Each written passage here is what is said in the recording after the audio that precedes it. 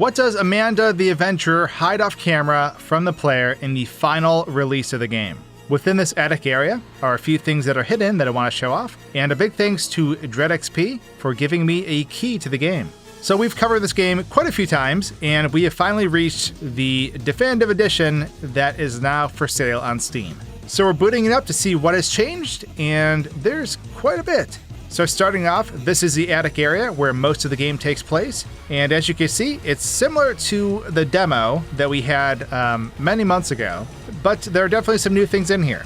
Now, if we take the camera out of bounds, there are quite a few things that I do want to show off. So this is what the attic looks like from here, but you'll notice just beyond this attic wall is like a bunch of furniture. And in the original version, the demo, this furniture was also here, although I think it's changed slightly. I can't remember, but it is just floating beyond this wall. Now, of course, we also have something else. We have this weird like white rectangle thing. So we have these overlapping pieces of geometry just outside this room, and it's a bit smaller, and I'm not entirely sure what this is. If you know, let me know in the comments, because I wasn't sure when I saw this. Now, honestly, the most notable thing, at least for me, right out of the gate, was the inclusion of a separate room. So way out of bounds, I'm talking like really, really far away, we can find another room that actually contains one of the endings for the game. So surprisingly, this entire game takes place on one map. Not many horror games do this, but everything is self-contained here besides the title screen. And as we fly out to this room, we'll see that this is the butcher room. So in one of the endings, we think we're escaping, and yet we appear over here on a butcher's hook while we watch this person dubbed the Meat Man basically cut up some meat. Now, this person is called the Meat Man in the game files, and if we go over here right now, they are not present. However, we can turn them back on. And when we turn them back on, you can see that they have no legs. They're just a rectangle that goes to the floor. And trying to look underneath that proves that.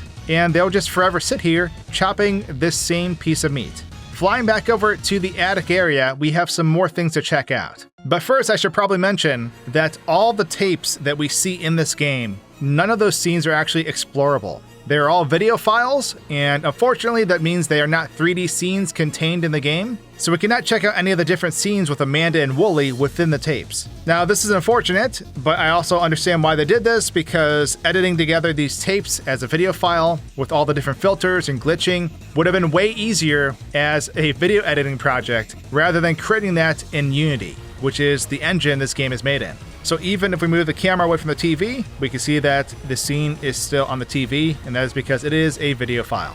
Now, underneath the trap door, something has changed, and this is the monster. Now, normally in the demo, the monster had a full body at all times beneath the trap door. But this time, the body is unloaded until the jump scare is called. So what we're left with is just a floating monster head that has no body.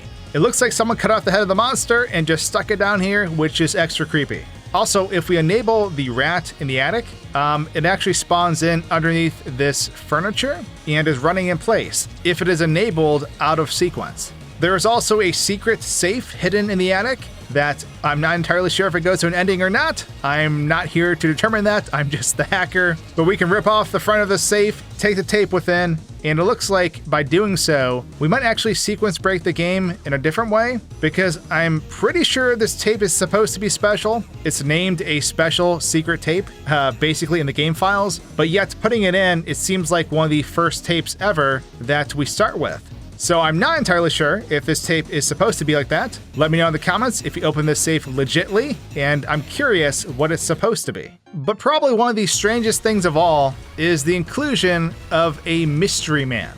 Now, there's a person who can appear at the desk behind us, directly behind the TV.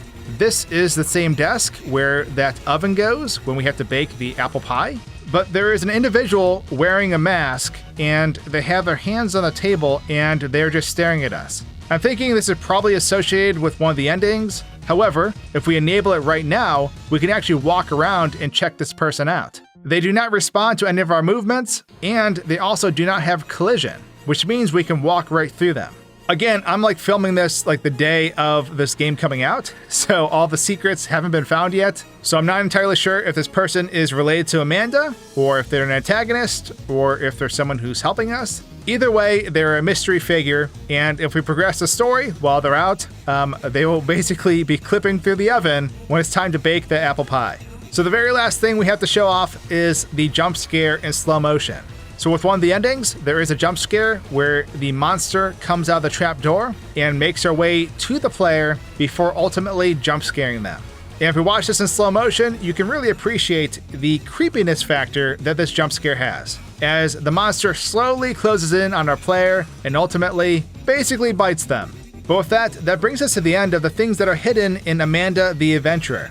This game is concise, short, and sweet, with not a whole lot hidden in the files, but I hope you enjoyed this quick look through the attic, and I hope you check out some of my other videos on the channel. Thanks for watching, and cheers!